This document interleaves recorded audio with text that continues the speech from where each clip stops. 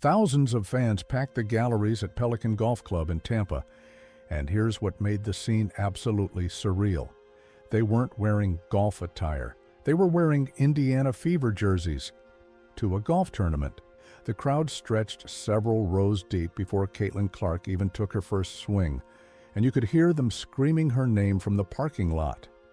This wasn't a WNBA game. This was the Annika driven by Gainbridge Pro-Am. And Clark just proved something the WNBA has been desperately trying to ignore for 2 years. Because what happened at that golf course exposed the league's biggest strategic mistake, and we're going to break down exactly what the WNBA is getting catastrophically wrong, while other sports are getting it perfectly right. Clark didn't just show up to play golf. She delivered her most important basketball announcement of the offseason, revealed her expanding brand empire, and demonstrated why the organizations that embrace her star power win, while the ones that resist it lose badly.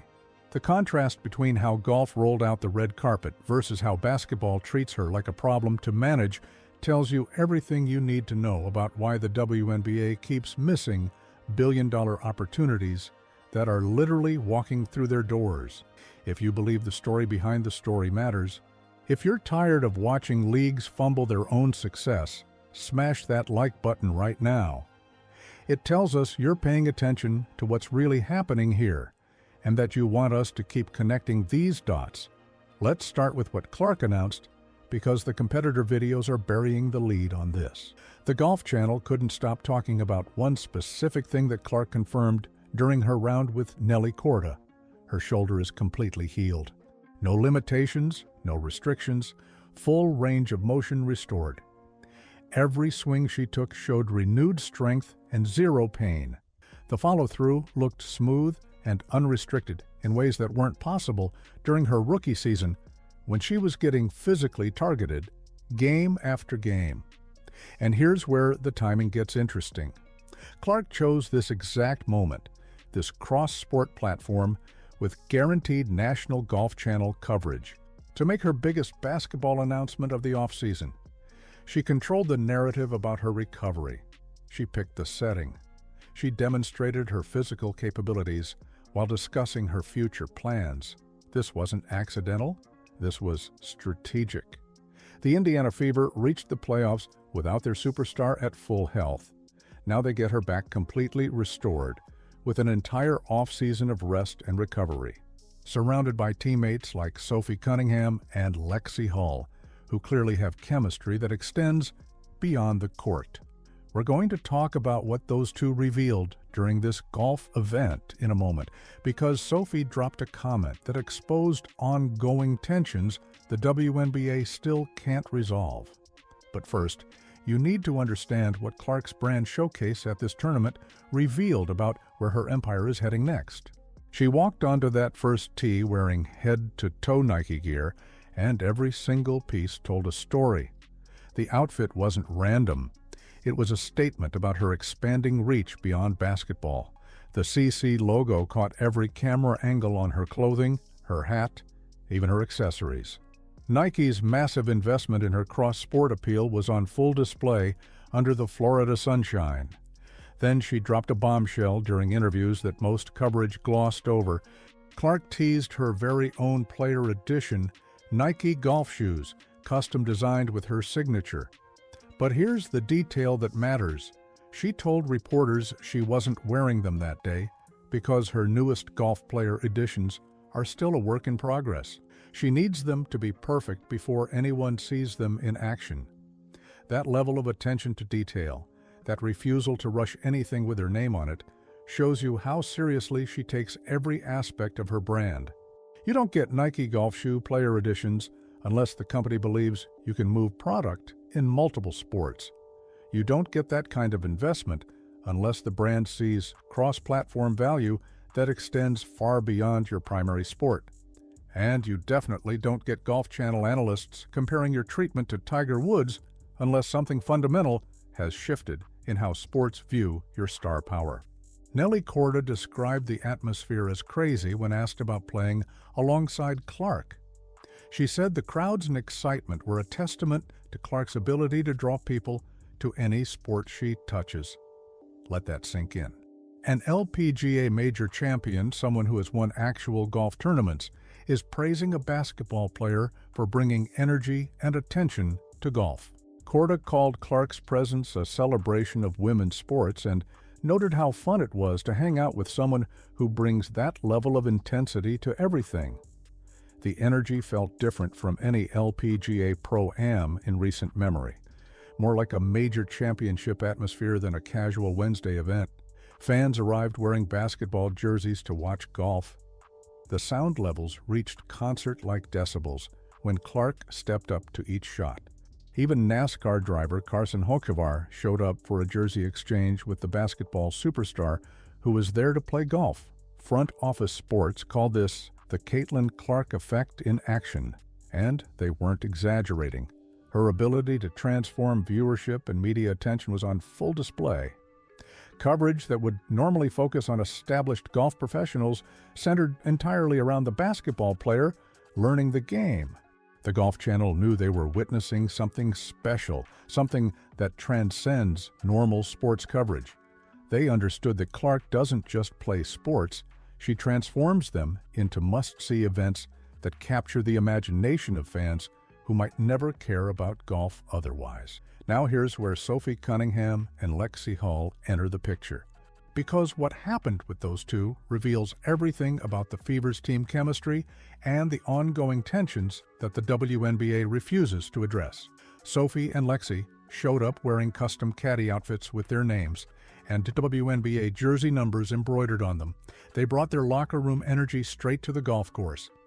The three friends spent the entire day roasting each other between shots, and you could see the genuine chemistry that makes the Fever special. This wasn't some forced publicity stunt coordinated by team management. These players actually enjoy hanging out together. The rapport was obvious. The jokes were constant. At one point, Sophie accidentally hit a fan with her drive, and Clark immediately yelled, "Man down," while Sophie rushed over to apologize. The fan's response made everyone laugh. He told Sophie, "Don't feel bad. It was worth it." Sophie shot back with, "Says your wife," without missing a beat, and the entire gallery cracked up.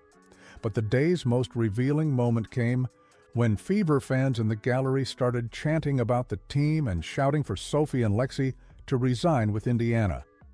Sophie's response cut through all the corporate speak and exposed the real issue.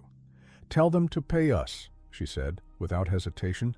No corporate filter, no careful phrasing, just the raw truth about compensation issues that plagued the league. The golf course became an unexpected platform for discussing player value and league management failures. And here's what makes that moment so significant. Reports indicated a 1,200% increase in attendance at this Pro-Am compared to the previous year. Those numbers don't lie about drawing power. Clark's presence transformed a routine golf event into must-see television, brought new fans to the LPGA, generated massive media coverage, and proved once again that she elevates everything she touches. So when Sophie says, "Tell them to pay us," she's not just talking about base salaries. She's talking about the fundamental disconnect between the value players like Clark generate and what the league compensates them for. She's talking about watching other sports roll out red carpets while their own league treats them like replaceable parts in a machine. And this brings us to the most damning comparison of the entire day. Drop a comment right now about what you think the WNBA should be doing differently. Because this contrast is impossible to ignore, and we need to know if you're seeing what we're seeing. The LPGA gave Clark prime-time coverage, celebrity pairings with established stars like Nelly Korda, and treated her appearance like the major event it became. Golf Channel provided wall-to-wall coverage of her round. Network cameras followed every shot and conversation. Tournament organizers understood that Clark's presence elevated their entire event, brought new audiences to golf, generated sponsorship value, and created media buzz that money can't buy. Meanwhile, the WNBA has spent 2 years downplaying her impact on basketball. League officials minimized her achievements, refused to acknowledge her drawing power, and acted like her success somehow threatens their brand instead of defining it. They preferred managing her personality rather than celebrating it. They allowed physical targeting to continue for months without meaningful intervention. They fumbled scheduling decisions that could have maximized her rookie season impact. And here's what makes the Golf Channel coverage so telling. The commentators didn't hold back. They openly criticized how Clark has been beat up and ignored by her own league for 2 years. One analyst noted that even the golf world knows about the dirty plays done to Caitlin Clark in the WNBA. Think about that. Golf analysts, people whose job is covering an entirely different sport, felt compelled to call out what everyone could see happening in basketball. The commentary suggested widespread awareness of the issue even outside basketball circles. It wasn't speculation or rumor territory.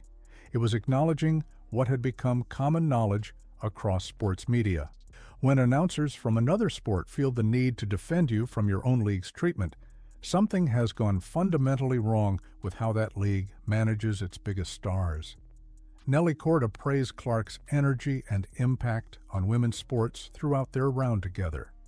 The LPGA star treated Clark like the celebrity she is, with genuine respect and admiration for what she brings to athletics. She understood that rising tides lift all boats, that Clark's crossover appeal helps everyone in women's sports, and that embracing star power creates opportunities for entire leagues. The question now becomes whether the WNBA can learn from what happened at Pelican Golf Club, or whether they'll continue missing opportunities with their biggest asset. Because here's what the numbers prove beyond any doubt. Clark generated a 1,200% increase in attendance at a golf tournament. She wasn't even competing in her primary sport. She was learning golf, playing for fun, hanging out with teammates. And she still drew crowds that dwarfed normal Pro-Am attendance. What do you think those numbers would look like if the WNBA actually embraced her star power instead of resisting it? Many of you have been saying this for months in the comments. You were onto something when you noticed how other leagues treat their stars compared to how basketball handles Clark. The contrast has never been more obvious than it was at this golf event. Clark's day at Pelican exposed something the WNBA desperately needs to understand. She's bigger than any single league, and the organizations that embrace her involvement benefit enormously. Golf got it right. They rolled out the red carpet. They paired her with their best players. They gave her prime coverage. They treated her appearance like the draw it was. And they reaped the rewards with unprecedented attendance and media attention. Basketball continues getting it wrong. They downplay her impact. They allow targeting. They fumble scheduling. They act threatened by individual star power. And they wonder why their attendance numbers don't match the hype, why their television ratings remain inconsistent, why their sponsorship deals don't reflect the cultural moment they're supposedly experiencing. But here's what changes everything about the Fever's 2026 season. Clark isn't just healthy. She's motivated. She spent an entire offseason watching her team reach the playoffs without her at full strength. She saw what they could do together. She built chemistry with teammates like Sophie and Lexi that extends beyond basketball. She watched how other sports embrace her while her own league resists, and she's coming back with something to prove. The combination becomes scary for every other WNBA team. You've got a fully healthy Clark with unlimited range of motion. You've got teammates who clearly believe in something bigger than individual success. You've got a roster that already proved they could compete in the playoffs. And you've got a superstar who just demonstrated she can command Tiger Woods-level attention in a sport she plays recreationally. Reading between the lines reveals what the Fever are building. It's not just about basketball championships anymore. It's about proving that embracing star power, supporting each other publicly, and demanding fair compensation creates sustainable success. Sophie's comment about pay wasn't random. It was calculated. She knew exactly what platform she was on and what message she was sending. The Fever aren't just competing for titles. They're competing for cultural relevance, fair compensation, and respect from a league that has consistently undervalued its most marketable players. Clark's golf appearance accelerated that conversation by showing what happens when a sport fully embraces a star's crossover appeal. And here's the part that should terrify the WNBA's competition committee. This was Clark having fun, playing golf, hanging out with friends, not even in game shape yet, and she still generated more buzz than most WNBA games during the regular season. Imagine what happens when she's locked in, fully healthy, and playing meaningful basketball in front of crowds that understand what they're witnessing. The 2026 season just became appointment television because everyone wants to see what Clark does next. Will she lead the Fever deeper into the playoffs? Will she continue building her cross-sport brand empire? Will she force the WNBA to finally embrace star power the way other leagues do? Will her Nike golf shoes drop before next season and prove her marketability extends far beyond basketball courts? Clark's day at Pelican Golf Club proved she's not just a basketball player. She's a movement that transcends sports and league politics. Her ability to draw fans from different sports creates opportunities nobody else can match. The massive crowds and media attention showed her impact reaches far beyond any single arena or court. And the way golf embraced her presence while basketball resists it tells you everything about which sport understands modern star power. If you want to see what happens next with Clark, the Fever, and the WNBA's ongoing struggle to maximize their own success, you need to subscribe right now and turn on all notifications. We're tracking every development, every league decision, every moment that reveals what's really happening behind the scenes. Because this story is just getting started, and the next chapter promises to be even more revealing than what we just witnessed at that golf tournament. We'll see you in the next one, where we break down exactly what Clark's Nike deal means for the future of women's athletics and why the WNBA's compensation structure can't survive contact with reality much longer. Stay curious.